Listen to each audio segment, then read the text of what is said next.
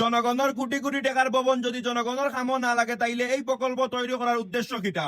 একটা বিশ্বনাথ উপজেলার শিশু একাডেমি ও পাবলিক লাইব্রেরি এই ভবনটা তৈরি করার উদ্দেশ্য আছিল পথ শিশুসকলের শিক্ষা এবং অসহায় শিক্ষার্থীসকলের বই পড়ার সুযোগ ও জ্ঞান চর্চার পরিবেশ গড়িয়া তোলা। কিন্তু ভবনটার চাইরবাদী তাকাইলে দেখা যায় অবহেলা, অযত্ন আর রক্ষণাবেক্ষণের অভাব। এত সুন্দর একটা সরকারি স্থাপনা তার প্রকৃত সৌন্দর্য অনুযায়ী ব্যবহার অন না বললেও মনে হয়। বিশ্বনাথও অনেক শিক্ষার্থী আছে যারা নিয়মিত পড়াশোনার লাগি পালা একটা লাইব্রেরি চায়। অনেক শিশু আছে সাংস্কৃতিক এবং শিক্ষামূলক কার্যক্রমে অংশ নিতে চায় কিন্তু তারা পায় না। অথচ আমরা যতটুকু জানি এই ভবনটা নির্মাণ করার মেইন উদ্দেশ্যও আছিল এই সুযোগটা তৈরি কইরা দেওয়া।